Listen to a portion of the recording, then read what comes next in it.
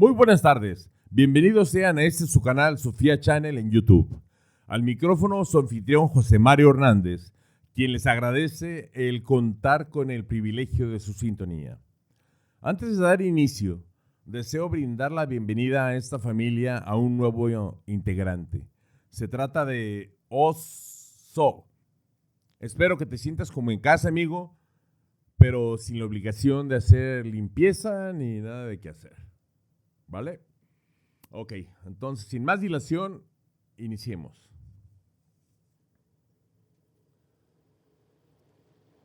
Al hablar de crisis existencial, no la identificamos con depresión clínica, ya que no estamos locos. Solo tenemos un día de estos en que mandaríamos todo a hacer puñetas. Creemos también que surgió el término de la guerra después de la Segunda Guerra Mundial, con el cliché de los individuos existencialistas. Sin embargo, esta es una cuestión que nos quita con frecuencia el sueño. Por ejemplo, ¿cuándo fue la última vez que te sentiste en verdadero control de tu vida y que podías elegir el camino que siempre quisiste? ¿Lo recuerdas? ¿O recuerdas haber despertado alguna vez de una pesadilla en la que un agujero negro te atrapaba y te comprimía hasta el infinito?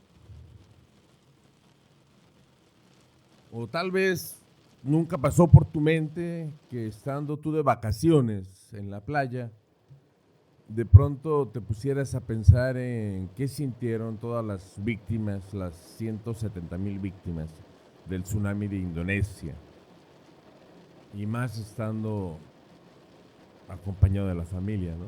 O de seres queridos. Entonces, el tema del video no trata de otra cosa, sino de la crisis existencial.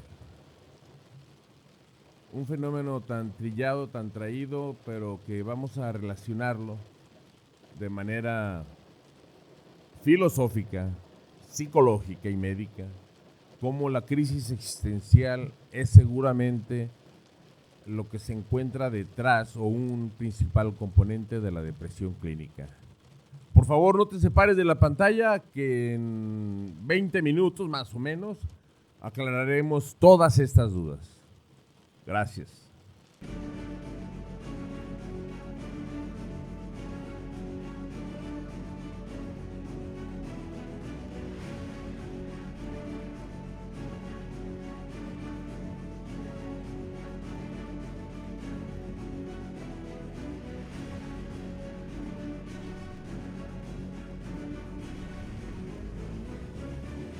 La tristeza se expande como un virus.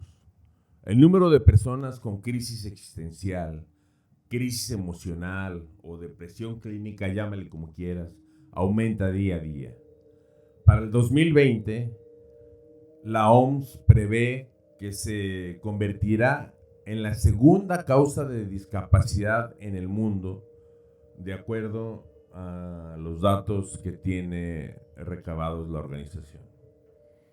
Y eso que aún no hemos mencionado la cara más aterradora de esta crisis, que es la del suicidio.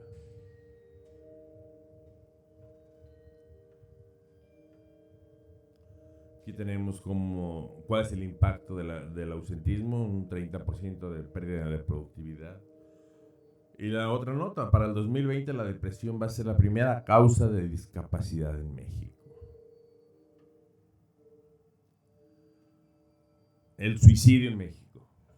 Este es uno de los temas tabús para los mexicanos. Somos buenos para reírnos de la muerte y de muchas idioteces, pero jamás hablamos del suicidio. Ok. Cada hora y media una persona se quita la vida en nuestro país. Esto es, entre 2010 y 2017, en 8 años completos, casi 48,000 casos, de los cuales 8 de cada 10 fueron niños o adolescentes o jóvenes adultos, se quitaron la vida. la cantidad suficiente para llenar el estadio OmniLife de las Chivas. Y la tasa de suicidios, no obstante, se duplicó en 25 años. Por desgracia, esto afecta desde adolescentes a adultos jóvenes, ya que desean estar en línea el mayor tiempo posible para no perderse nada, o tratan de satisfacer estándares poco realistas que permitimos que les sean impuestos por la sociedad de consumo, así como la mitificación de las figuras públicas. Y esta es, si la otra era un tema de tabú, esto lo es más. Y sobre todo pensar que si no tenemos el cuidado suficiente, podríamos ver la espantosa imagen de alguien querido meciéndose de esa cuerda.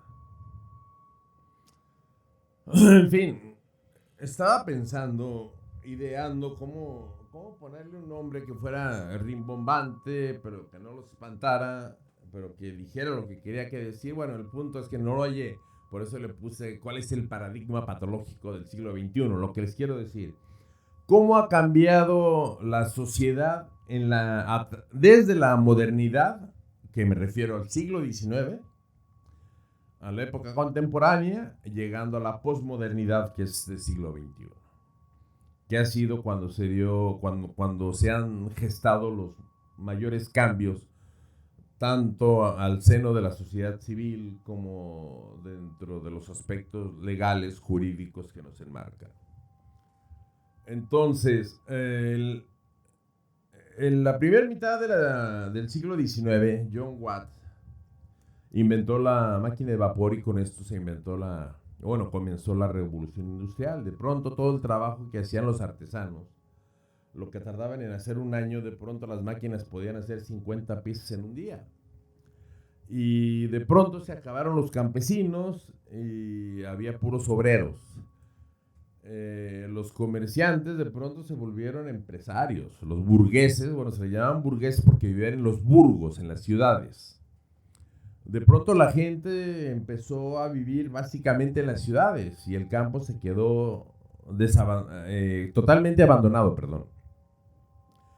Y esto ha constituido un grave problema, ya que genera al interior del ser humano, en la conciencia del ser humano, un sentido de falencia, una falta de sentimiento de propiedad o de pertenencia, desde pertenencia al mundo, pertenencia a la sociedad, pertenencia a su vecindario, pertenencia a la escuela, pertenencia al trabajo, que es lo que nos ha convertido en los sujetos que somos ahora, individualistas, egoístas, narcisistas.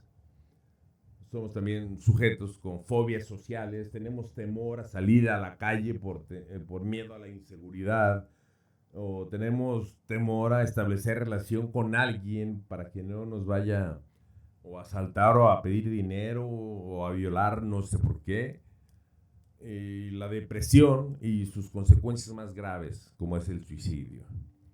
Y todo esto constituye una variedad de problemas psicopatológicos muy comunes. Y eso sobre todo se ha dado a través del devenir socioeconómico de la civilización occidental, y que a partir de la segunda mitad del siglo XX lo comenzaron a experimentar los países, los tigres de Asia, los países en expansión del Oriente.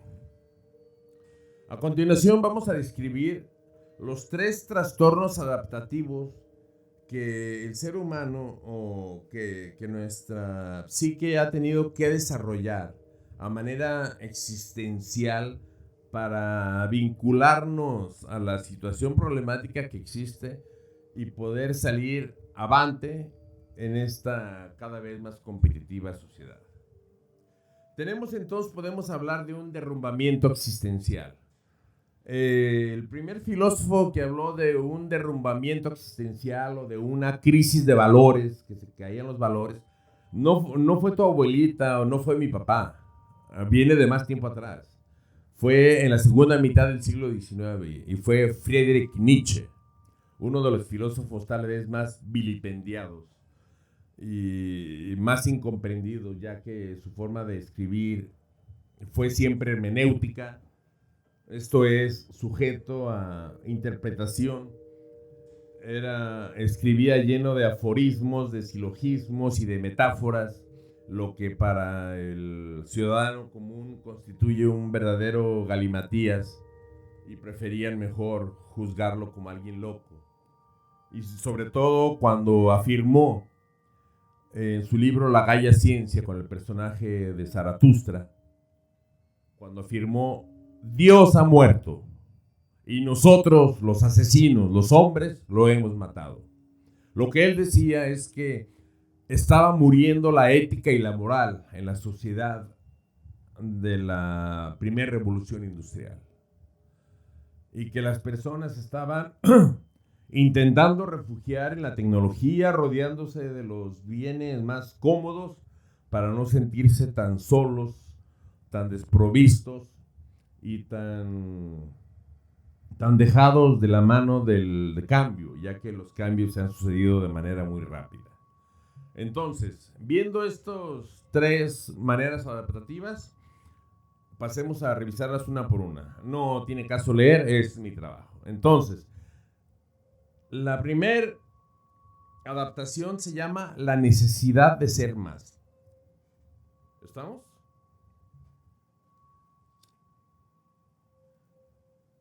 Seguramente muchos conocemos a infinidad de tipos como este personaje que aparece en esta fotografía. Este es el fruto, seguramente cuando niño fue aquel niño que cuando se graduó del kindergarten, de la educación mínima, básica, obligatoria, sus padres amorosos, cariñosos y sobreprotectores le compraron un anillo de graduación, un trajecito, y le hicieron una fiesta de graduación. Imagínense si el angelito hubiera terminado la licenciatura, yo creo que lo envían le compran París, y si termina un doctorado, lo mandan a Saturno. En fin, esto es parte de la psicopatología o de los trastornos que también nosotros como padres tenemos que tomar la responsabilidad de lo que hemos obrado en omisión o en comisión con nuestros vástagos.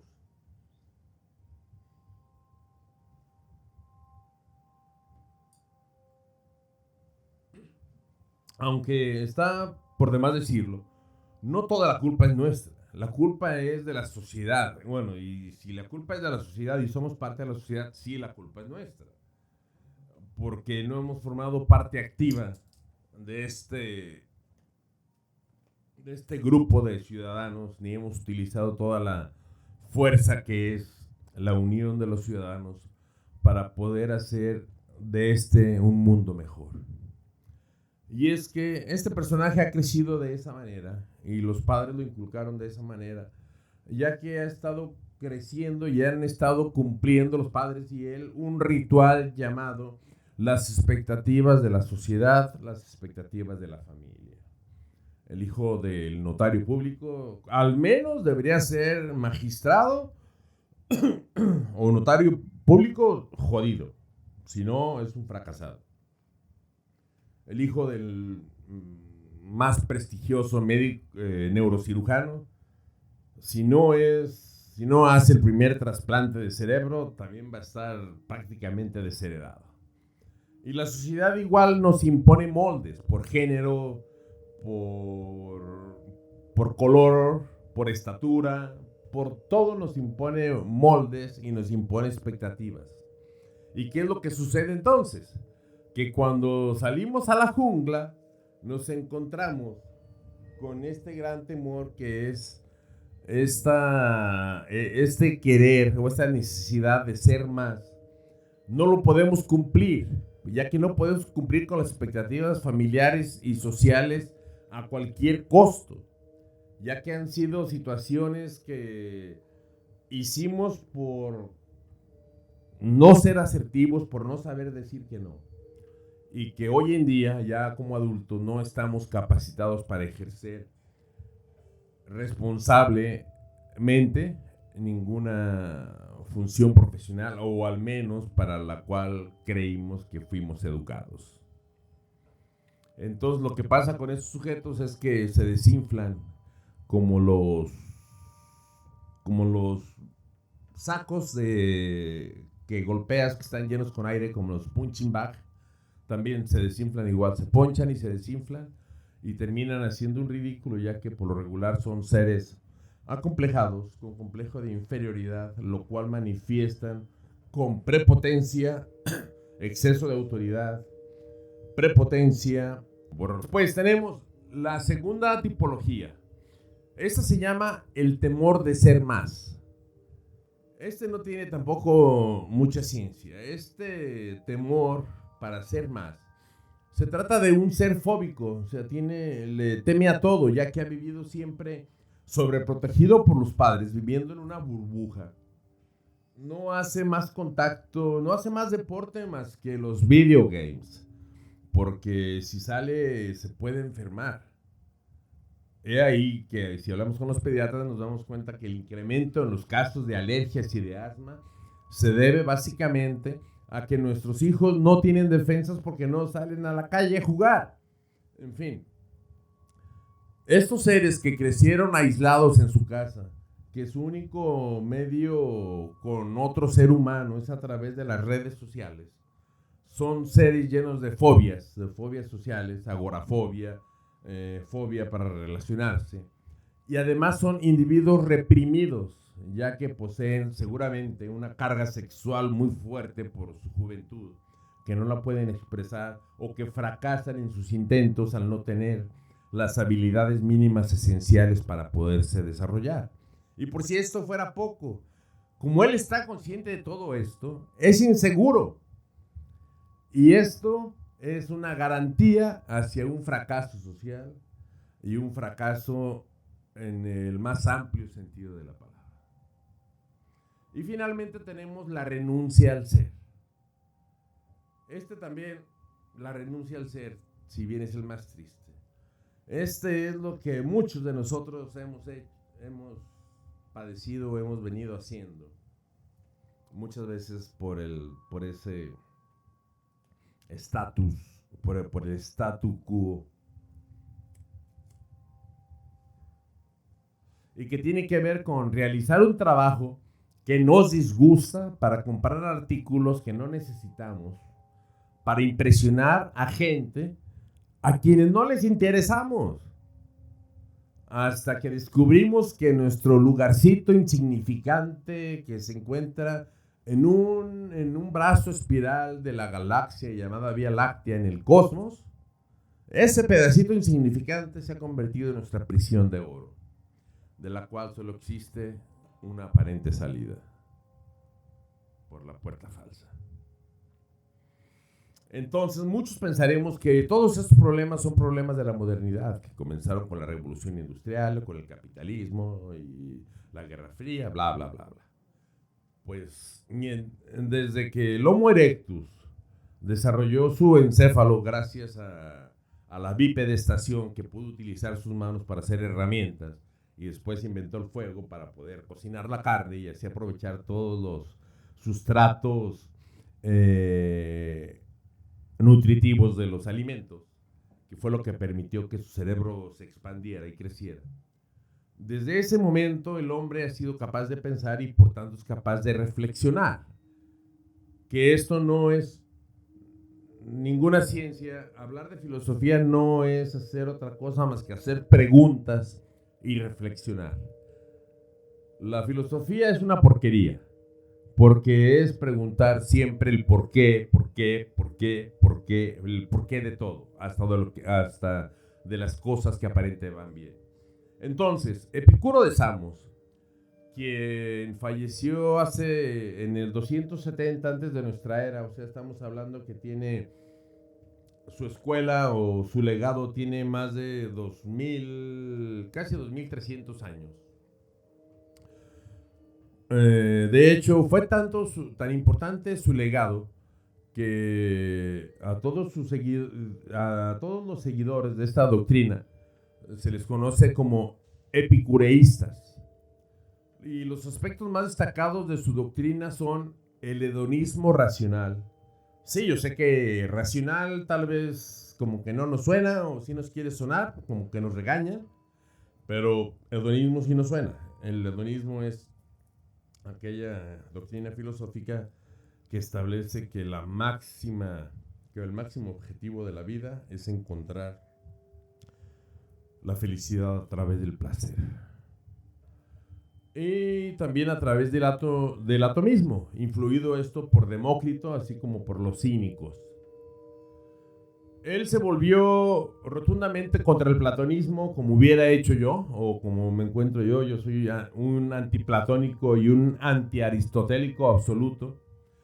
Y él, a diferencia del aristócrata de Platón, él estableció su propia escuela, conocida como el Jardín, en la ciudad de Atenas, donde él, a diferencia del resto de los filósofos, permitía la entrada de mujeres, prostitutas y esclavos a su escuela.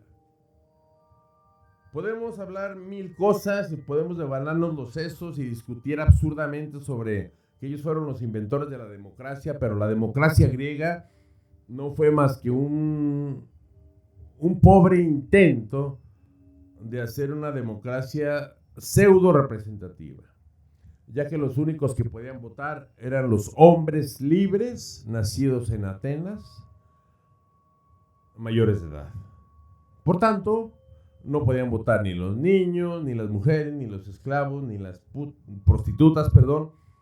Es más, las mujeres no tenían derechos para tener propiedades en Grecia. En fin, continuemos. Además, él defendió una doctrina basada en la búsqueda del placer, la cual debería ser dirigida por la prudencia. Es la diferencia con el hedonismo, que el epicureísmo es un hedonismo prudente o racional. Asimismo, se manifestó en contra del destino, así como de la necesidad y el recurrente sentido griego de la fatalidad.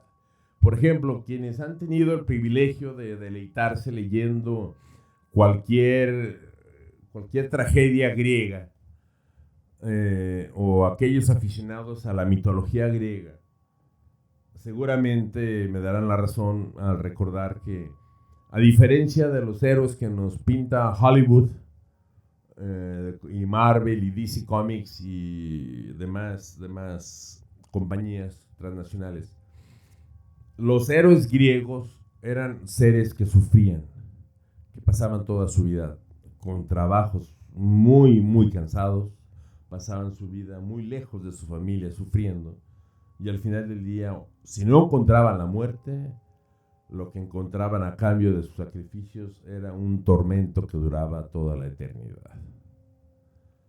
Entonces él se encontraba en contra también de este sentido de los griegos por la fatalidad. O sea, eran exagerados como un argentino cantando tango. La naturaleza, según Epicuro, está regida por el azar, entendiendo como la ausencia de causalidad. O sea, que no hay una causa como sostienen todos los teólogos, que dicen que la primer causa o que el motor inmanente, para Tomás de Aquino, que tuvo que haber un primer motor, un primer creador que le diera cuerda a las cosas, que es Dios. No, él dice todo es cuestión de azar. Y bendito Dios, se anticipó al Big Bang 2500 años. Asimismo, manifestó que solamente así es posible la libertad, sin la cual el hedonismo no tiene motivo de ser. Se manifestó en contra de los mitos religiosos, ya que amargan la vida de los hombres. Y para él el fin de la vida humana es procurar el placer y evadir el dolor, siempre de una manera racional y evitando los excesos, pues estos provocan un sufrimiento posterior. Los placeres del espíritu son superiores a los del cuerpo y ambos deben satisfacerse con inteligencia. Esto es, no solamente tenemos que comer y comer con la otra letra, tenemos que leer, instruirnos y prepararnos para poder nutrir todo nuestro cuerpo. Y solamente de esa manera podríamos llegar a un estado de bienestar corporal y espiritual absoluto al que ellos denominaban la ataraxia. La ataraxia vendría a ser, con sus grandes diferencias, como el nirvana para los budistas, a diferencia que el nirvana es la ausencia del ser. Cuando un budista alcanza el nirvana, que es la perfección total, desaparece. ¡Pum! ¿Cómo vamos a desaparecer nosotros al morir? Nomás que ellos creen que tienen que reencarnar muchas veces, pobrecitos. O sea, como quiera, van a tener el nirvana dentro de pocos años. Pero en fin, eso sería la ataraxia. Y bueno, esos eran las escenas griegas de las bacanales, ya que eran dirigidas por bacantes. Y otro filósofo, el que realmente llamó la atención de toda la cultura occidental, diciéndonos, nos está llevando el carajo y no hacemos nada, fue Friedrich Wilhelm Nietzsche. Este filósofo incomprendido, porque escribía de manera hermenéutica, esto es, escribía de manera interpretativa, o sea, para ser interpretado con metáforas y silogismos, como ya lo vimos. Autor de obras como El origen de la tragedia en el espíritu de la música, El anticristo, Exe Homo, El crepúsculo de los ídolos, Nietzsche contra Fafner, El caso Fafner, La genealogía de la moral, Más allá del bien y el mal, Así habló Zaratustra, La Gaia Ciencia, Aurora, Humano, demasiado humano. Este era un filósofo, este es el filósofo que más ha influido en el resto de los filósofos que le precedieron. No existe ningún filósofo contemporáneo, moderno ni postmoderno que no tenga una gran deuda con Nietzsche. Nietzsche, por ejemplo, cuando llamó la atención a la gente, que la gente estaba desviando, que había una crisis existencial, una crisis de valores, fue cuando dijo nuevamente en su libro Así habló Zaratustra, cuando mencionó: Dios ha muerto y nosotros los hombres, los asesinos, lo hemos matado. Nuevamente, él lo que decía es que se vivía ya en el siglo XIX una época de ausencia de valores y la gente estaba más preocupada por rodearse de artículos tecnológicos o de las últimas novedades en artesanías o en aspectos tecnológicamente para nosotros rudimentarios, pero que eran novedosos, y dejaban en cambio las funciones éticas y morales propias del ser humano. No me refiero a la religión, como tampoco lo hacía él, ya que Nietzsche, si lo caracterizó algo, fue su constante y aguda crítica. Él decía que él filosofaba a martillazos para que la gente comprendiera, les tenía que abrir la cabeza para entender. Y criticaba de manera despiadada algunos rasgos culturales de la sociedad occidental, como la religión cristiana, a la que siempre calificó como de una religión para mendigos y miserables y muertos de hambre, ya que solamente los pobres y los miserables son los cristianos, ya que los ricos no tienen miedo de morirse, aunque sea más fácil que quepa un camello por el ojo de una aguja. En fin, nos avisó él, no comprendimos que estamos viviendo en ese nihilismo, incluso inventó dentro de sus silogismos, nos presenta a un superhombre, pensando que el ser humano todavía tenía una oportunidad de reinventarse y de realmente retomar el aspecto ético y estético que nos correspondía.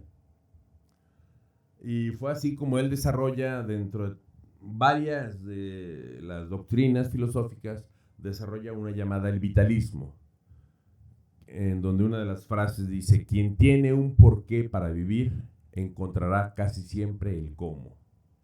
Existe también otra frase que refleja mucho el vitalismo y que hemos escuchado infinidad de veces y que seguramente no la asociamos con Nietzsche. Es más, lo hemos visto en los gimnasios, el lugar más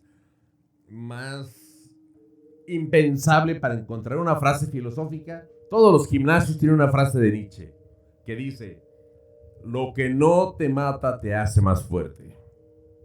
Ese señor es Friedrich Wilhelm Nietzsche. Y aquí está su Übermensch. Mensch se refiere a la humanidad. Y el término Uber no significa super, porque muchos filósofos, sobre todo los gringos, con su afición por los cómics, le llaman el superhombre, pero eso sería una ridiculez. El Übermensch es algo así como el ultrahumano.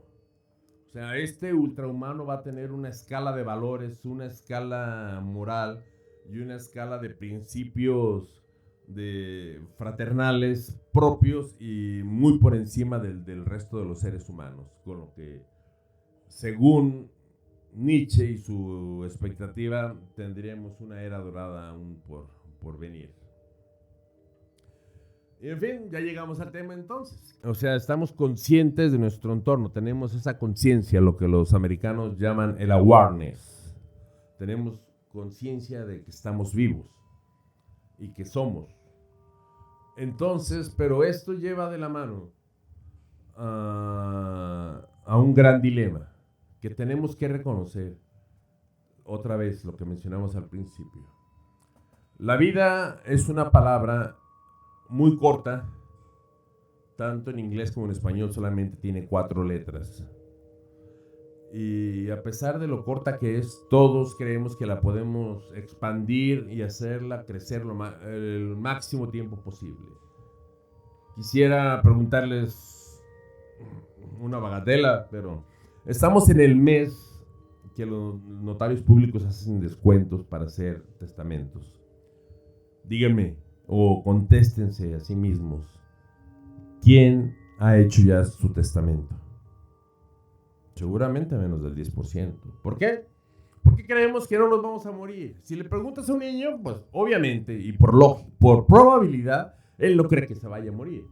Cuando estamos en la juventud, probabilísticamente es más difícil que fallezcamos.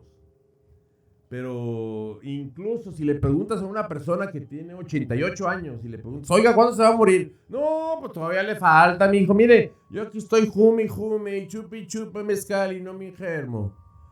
Entonces, ese temor, o eso que debería ser el temor a la muerte, lo disfrazamos de tal manera que el hombre en su soberbia creó a su imagen y semejanza a un dios. Bueno, ha inventado a más de 2.500 dioses a lo largo de estos 300.000 años. ¿Sí? Entonces, de todos los dioses a los que ha inventado, solo les ha pedido una cosa.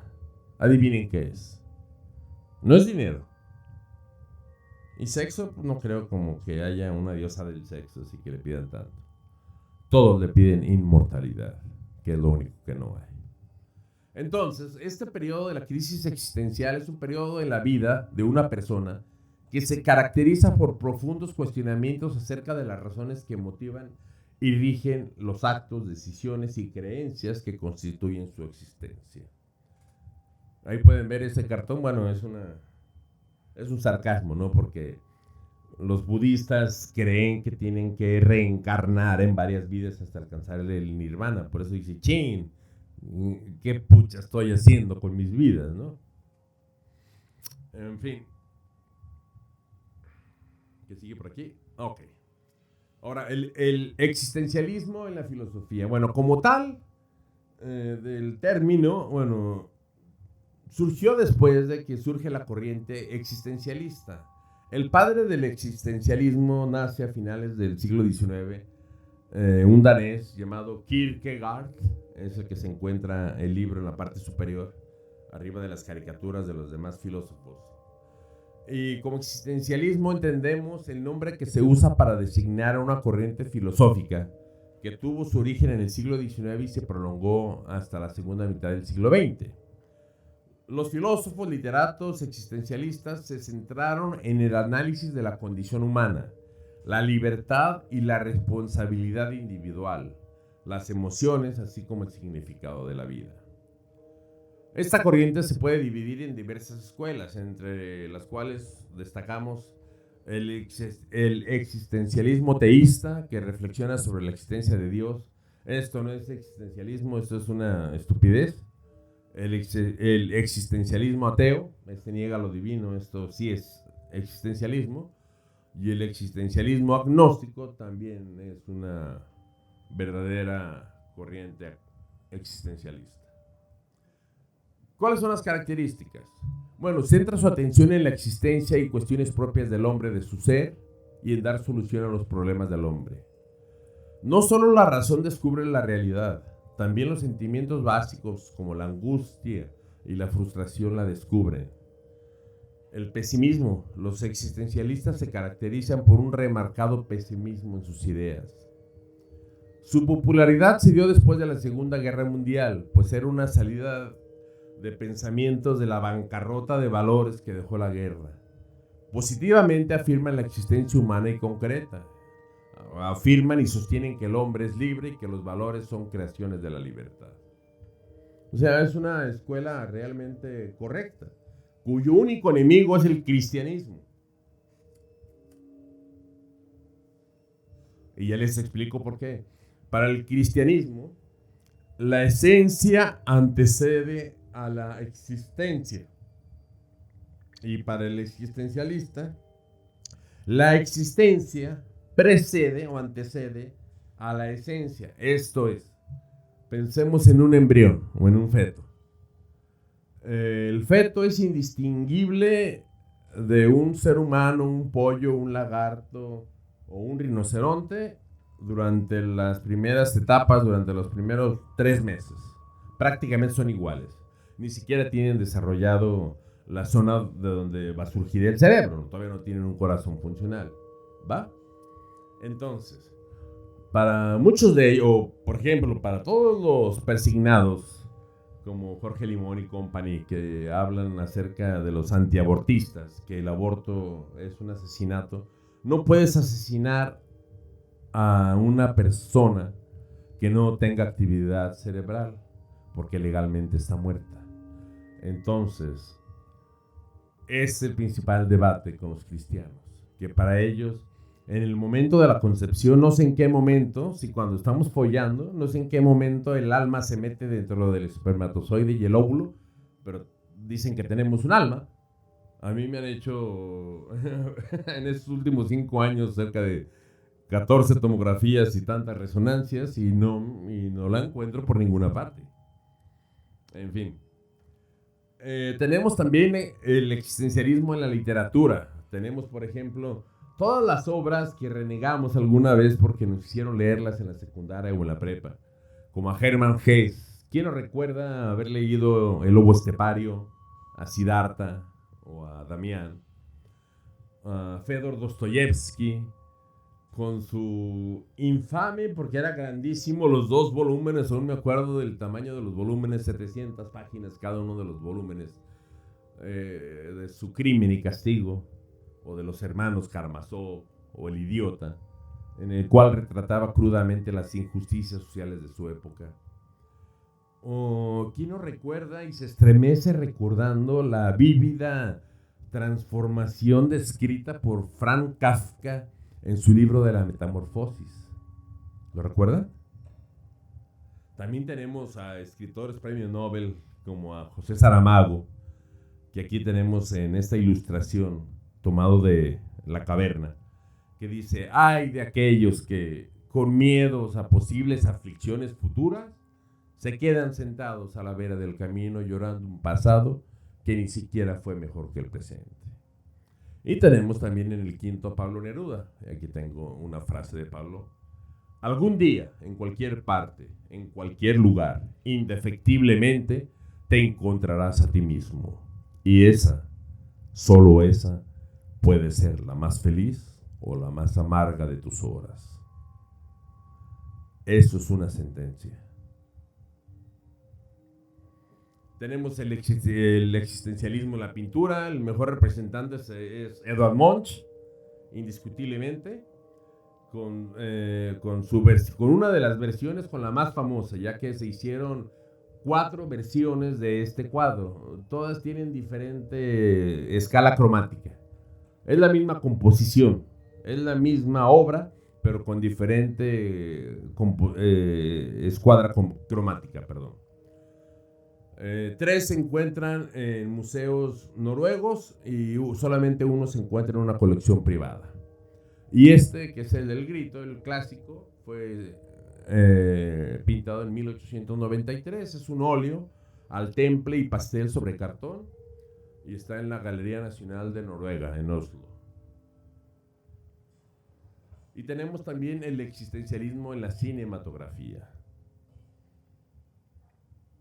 Aviso de spoilers. Si no lo han visto, bueno, a continuación les voy a poner un tráiler bastante...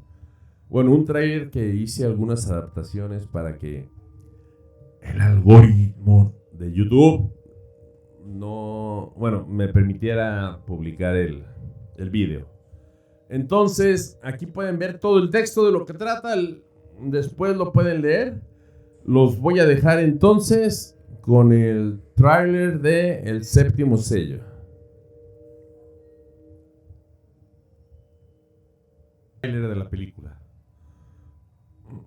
Además que indudablemente se trata de una obra maestra de Ingrid Bergman. Se trata del tema que estamos desarrollando, que es el existencialismo. Se aborda de una manera excepcional, genial y creativa, como no hay un parangón. Bueno, y para poner algo de distracción, después de estar hablando de la muerte tanto, hay por aquí un chistecito de 2 pobres espermas que han perdido, que tienen una crisis existencial, ya que su vida carece de significado porque se acaban de dar cuenta que terminaron en el recto y no buscando un óvulo para fecundar. Bueno, hablaremos finalmente de Albert Camus, o Alberto Camus para los hispanoparlantes, para los cuates. Albert Camus nace en Argelia, en una colonia francesa, y desde muy joven se dedica al fútbol, solamente que contrae la tuberculosis, lo que lo aleja del soccer. Pero se dedica a estudiar, estudia filosofía, es periodista, literato, novelista, es todo un Don Juan, andaba con las mujeres más hermosas de la época. Y bueno, un grandioso filósofo que retrataba la sociedad actual, incluso este siglo XXI, de una manera inaudita. Y por si fuera todo esto poco, además, Premio Nobel de Literatura. Con ustedes, Albert Camus. Aquí lo tenemos, el gran escritor que fue un lúcido periodista. Escribió 5 novelas. En fin. Al margen de las corrientes filosóficas, Camus elaboró una reflexión sobre la condición humana, a lo que él llamó la filosofía del absurdo. Rechazó la fórmula de un acto de fe en Dios, en la historia o en la razón, por lo que se opuso simultáneamente, ojo, al cristianismo, al marxismo y al existencialismo. Y nunca dejó de luchar contra todas las ideologías y las abstracciones, ya que para él alejan al hombre del humano, ya que lo distraen con mentiras y con falsas promesas. Fue un convencido anarquista y dedicó parte importante de su libro El hombre rebelde a exponer y cuestionar sus propias convicciones y demostrar lo destructivo de toda ideología que proponga una finalidad en la historia. En 1956 publicó La Caída y en el 57 la colección de cuentos El exilio y el reino. Ese mismo año fue cuando obtuvo el Nobel de Literatura. A los 44 años, Albert Camus, que siempre criticaba a los autos y a la gente que moría en los accidentes automovilísticos, ya que eran aún más inseguros que lo que son ahora, de manera como una cruel broma del destino, falleció en un accidente automovilístico en un auto que le prestó un amigo, aunque después hubo bastantes especulaciones en las que implicaban a la KGB, ya que fue expulsado del Partido Comunista por sus declaraciones tan fuertes. Bueno, Camus fue enterrado en Lourmarin, un pueblo del sur de Francia. Y para Albert Camus, hay tres soluciones al absurdo de la vida. Pero plantémonos primero qué es el absurdo de la vida. Y voy a intentárselos plantear rápidamente de la manera como mejor lo ejemplificó él. Que fue a través de un mito de la mitología griega, que es el mito de Sísifo. Sísifo era un rey que se vanagloriaba y se burlaba de los dioses y les jugaba bromas, les hacía apuestas y siempre les ganaba. Era un gandalla completo. Entonces, un día, Zeus, cansado, manda a Hermes y le dice: a ver, cabrón, me agarras a ese cabroncito, me le sacas los ojos y lo haces que durante todo el día tenga que empujar un peñasco grandísimo de más de 6 toneladas y lo tiene que levantar por la colina más alta que encuentres en toda la Grecia. Y en el momento en que llegue a la cúspide, el peñasco se va a despeñar cuesta abajo hasta detenerse en los campos y tendrá que ir a buscarlo a tientas, encontrarlo y volver a subirlo nuevamente, y al llegar a la cúspide pasará lo mismo. Y eso se repetirá durante toda su vida, durante toda la eternidad, ya que nunca va a morir. Entonces, la filosofía del absurdo o el absurdo de la vida es que eso precisamente es lo que nosotros hacemos. Acudimos a la escuela y en muchas ocasiones, como ya dijimos, por las condiciones o por las exigencias sociales o familiares, estudiamos lo que no queremos, hacemos lo que no quisiéramos, nos dedicamos a lo que nos disgusta y tenemos que trabajar toda la vida, cuando menos para comer y para lograr cubrir nuestras necesidades fisiológicas, si no nos lleva al carajo. Y al final, ¿qué tenemos como recompensa? Nada, la muerte. Y como les he dicho, mucha gente hace una pregunta idiota. La pregunta más idiota que existe es: ¿qué hay después de la muerte? Y es una pregunta idiota porque al final de la muerte que hay, al final de la vida que hay, la muerte. O sea, está respondido desde la antigüedad. Pero no hay vida después de la vida, no la hay. No hay vida después de la muerte. Lo que existe después de la vida es una sola cosa y se llama la muerte. Exclusivamente. Y a esto había 3 soluciones. Camus encontraba una primera solución. Su ensayo se abre con una frase de Alfredo que dice: no hay sino un problema filosóficamente realmente serio, el suicidio. Es justo mencionar que Camus no consideraba el suicidio como una solución al problema del absurdo de la vida. Sus trabajos se enfocan en identificar aquellos factores en los que el individuo ponía su razón de vivir, ya fuera el matrimonio, los hijos, su prestigio, el patrimonio, el trabajo, la salud, de tal manera que aquellos que eran sus motores para estar viviendo, de pronto, al faltar, se convierten en generadores de muerte para quienes sufren de estas terribles pérdidas. Bueno, ya aquí tenemos un cartón alusivo a unos practicantes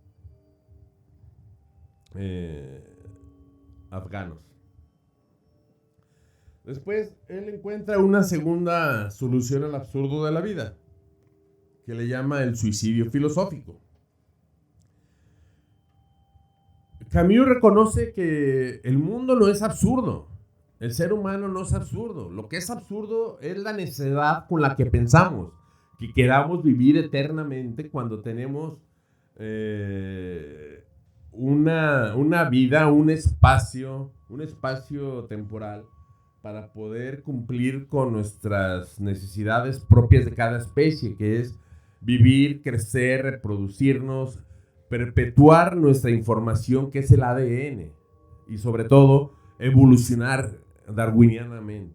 ¿Qué es lo que debemos? Eso es lo que hacemos, y eso es lo que hace el cosmos, es lo que hacen las estrellas y los planetas. Todo el mundo está en movimiento y en evolución. No sé por qué el ser humano, que apenas tiene 300,000 años de acuerdo a las últimas dataciones, si alguien me ayuda y divide 300,000 entre 13.700 millones de años, ¿qué resultado les arroja? Si no me equivoco, es el 0.0000002%. Eso es lo que el ser humano tiene en cuanto a la existencia del cosmos. O sea, somos una insignificante, una mota de polvo es demasiado.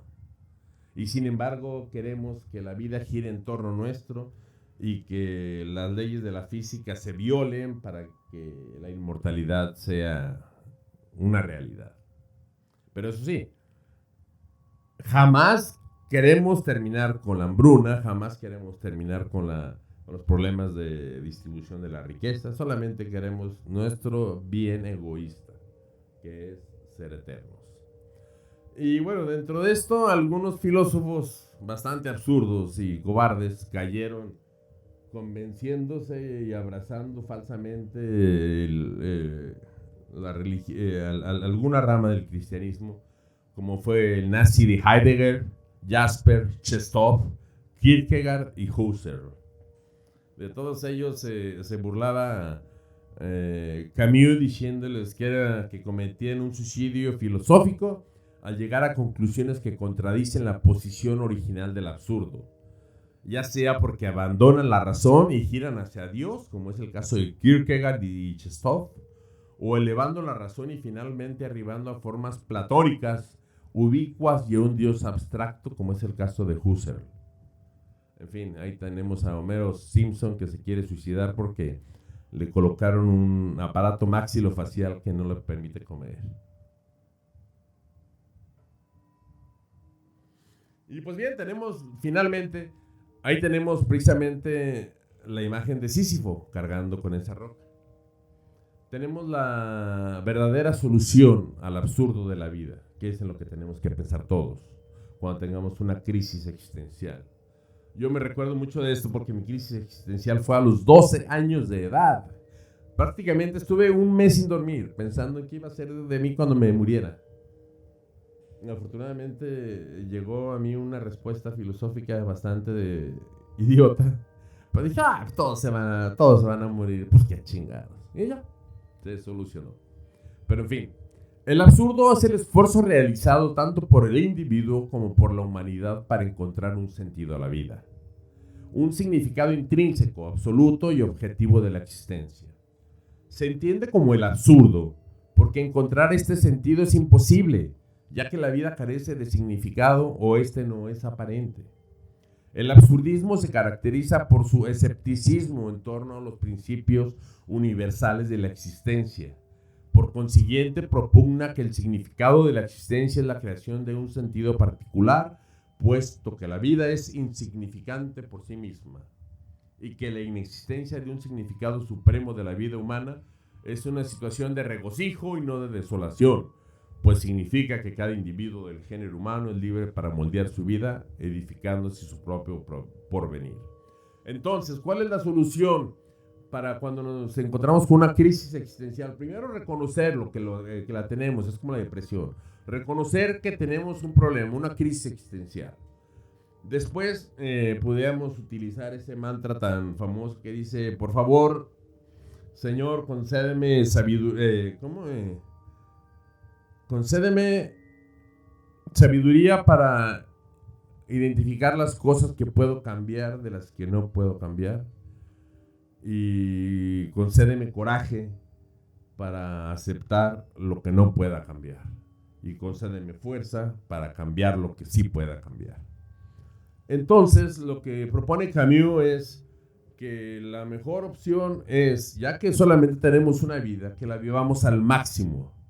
O sea, que gocemos de la vida como viviendo enamorados del amor, enamorados de la vida, regocijándonos a cada instante, recordando que estamos vivos,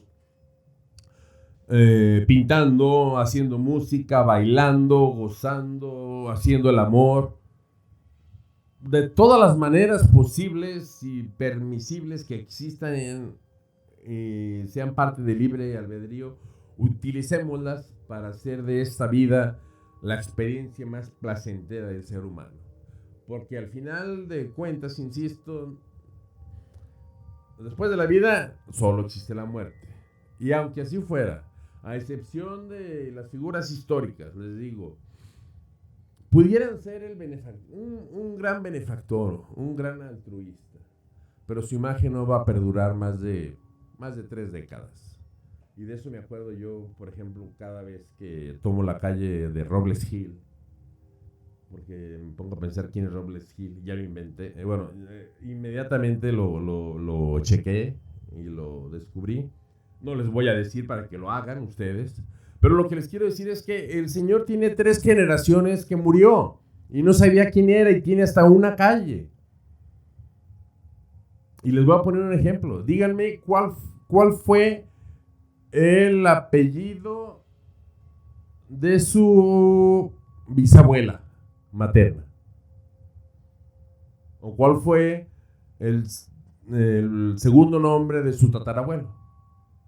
¿Se dan cuenta que en 3 o 4 generaciones todo lo que hemos hecho, chicken go? Esto es el absurdo de la vida. Y de esto, como resumen, la existencia, no la esencia, es primero. Actuar de buena fe es aceptar y enfrentar la convicción de su vida. La mala fe es poner pretextos, justificar las acciones en función de los otros o de principios ajenos. La existencia inauténtica es cuando el hombre escoge el camino fácil de ser como los demás y que no toma responsabilidad de ellos. En cambio, la existencia auténtica es una elección propia.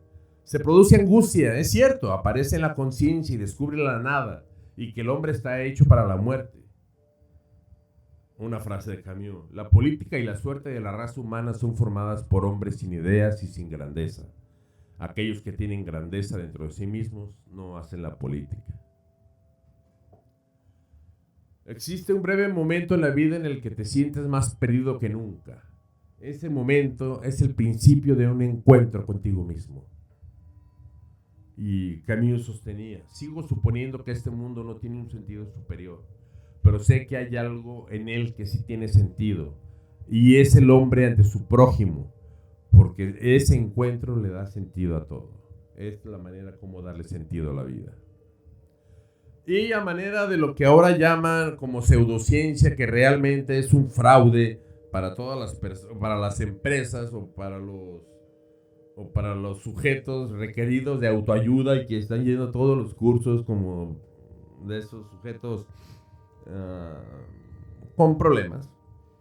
Lo que mucha gente da en hablar de coaching ontológico, que no existe tal. O sea, el coaching es una labor de dar entrenamiento, asesoría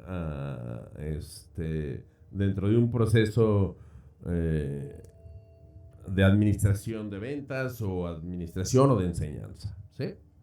Y la ontología es la división de la filosofía que estudia el ser. Entonces no le puedes enseñar a nadie cómo ser. ¿Estamos de acuerdo? Es una estupidez, pero la gente paga y pagan 5,000 pesos por ir a tomar café y galletas a la fiesta americana 2 días y oír pendejadas. Pero, en fin, ¿cómo adaptar lo que vimos a principios básicos, así como de un libro de autoayuda? Sería así: ¿por qué tener una crisis existencial es lo mejor que te puede pasar? Sentirme perdido en la vida era una sensación totalmente ajena para mí. Ha llegado por sorpresa y quiero contarte cómo ha sido el proceso. ¿Qué significa sentirme perdido en la vida? Cada cual tiene su crisis existencial y llega cuando le da la gana. Mi vida antes de mi gran viaje, una de mis mayores decisiones de toda mi vida y una de las mejores decisiones de toda mi vida. Después la dura vuelta a la realidad. Fue cómo me di cuenta de que estaba en plena depresión existencial. Cómo gestionar la incertidumbre de la muerte sin morir en el intento. Lo que ya he aprendido de esta crisis existencial y cómo puedes aprovechar una crisis existencial. Son 5 puntos. Pon el foco en el lado positivo. Aprovecha para experimentar. Aprende a gestionar la incertidumbre. Date permiso para estar perdido en la vida por un momento, no pasa nada, tienes GPS. Y 5, ve sin prisa, pero sin pausa. Finalmente, me permito compartirles esta magnífica obra poética en prosa llamada Desiderata, que está muy relacionado con lo que estamos mencionando, que dice: entre el ruido y la prisa en que se puede encontrar, siempre busca el silencio, en cuanto te sea posible y sin rendirte. Mantén buenas relaciones con todas las personas. Enuncia tu verdad de una manera serena y clara, y escucha a los demás, incluso al torpe e ignorante. También ellos tienen su propia historia. Evita las personas ruidosas y agresivas, ya que son un fastidio para el espíritu. Si te comparas con los demás, te volverás vano o amargado, pues siempre habrá personas más grandes y más pequeñas que tú. Disfruta de tus éxitos, lo mismo que de tus planes. Mantén el interés en tu propia carrera, por humilde que sea. Ella es un verdadero tesoro en el fortuito cambiar de los tiempos. Sé cauto en los negocios, pues el mundo está lleno de engaños. Pero no dejes que esto te vuelva ciego para la virtud que existe. Hay muchas personas que se esfuerzan por alcanzar nobles ideales.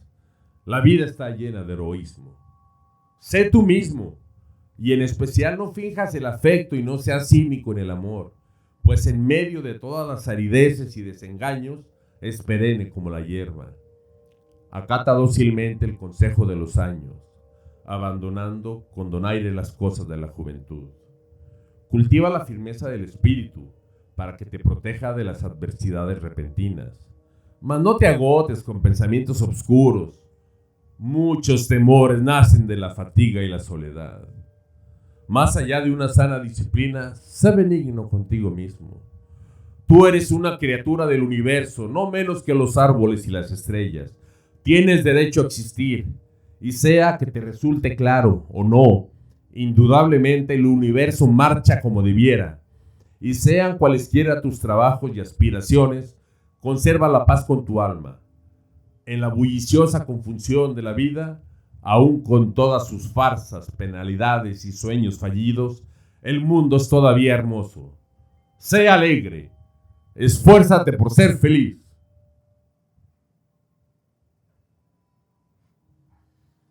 Bueno, muchísimas gracias, espero que haya resultado de su agrado.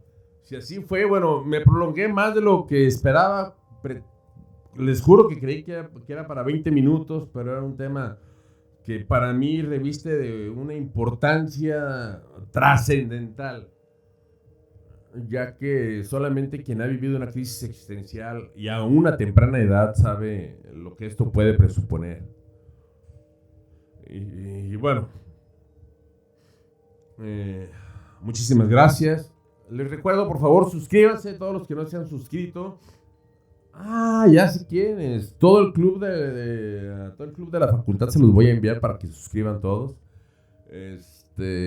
Compártanlo con la mayor parte de gente que pueda. Estos problemas son problemas frecuentes. El suicidio, no le tengamos miedo a mencionarlo. El suicidio es una realidad.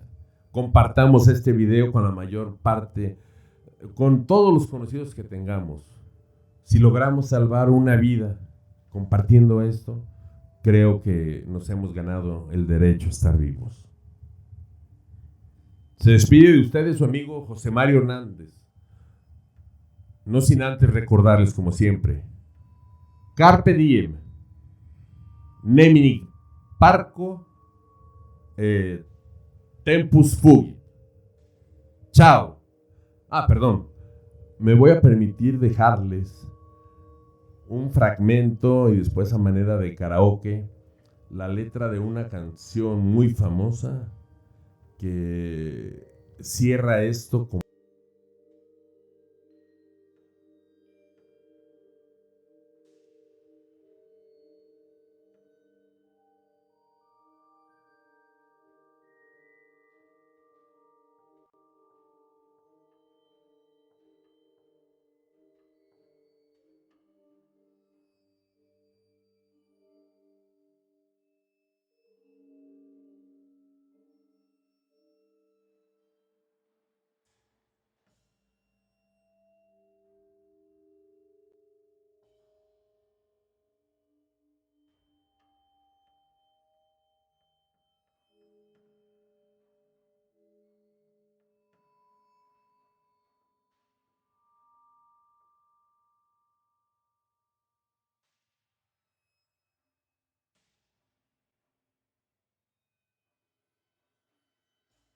como anillo al dedo.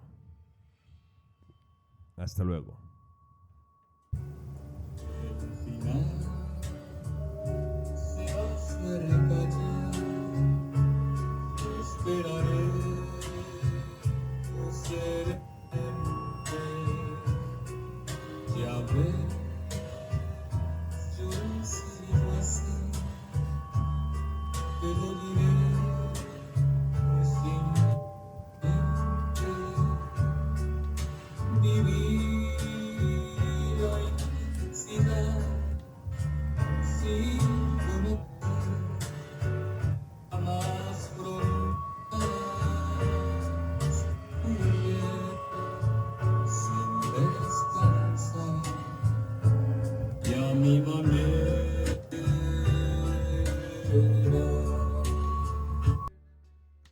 Viví la inmensidad sin conocer jamás fronteras, jugué sin descansar y a mi manera.